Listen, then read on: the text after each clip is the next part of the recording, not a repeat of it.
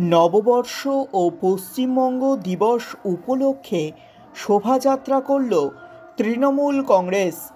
মঙ্গলবার বিকেল 5:30টায় হেমতাবাদে তৃণমূল কংগ্রেসের দলীয় কার্যালয়ের সামনে থেকে শুরু হয়ে শোভাযাত্রা হেমতাবাদ সদর এলাকা পরিক্রমা করে। পরে হেমতাবাদে তৃণমূল কংগ্রেসের দলীয় কার্যালয়ের সামনে একটি প্রতিযোগিতামূলক অনুষ্ঠানের আয়োজন করা হয়। তৃণমূল কংগ্রেসের হেমতাবাদ ব্লক সভাপতি আশরাফুল আলী, সহ সভাপতি মুজিবুর রহমান, জেলা পরিষদের সদস্যা মোকলেসা খাতুন, জেলা নেতা মোজাফফর হোসেন সহ অন্যান্য নেতৃত্বরা উপস্থিত ছিলেন এই কর্মসূচিতে।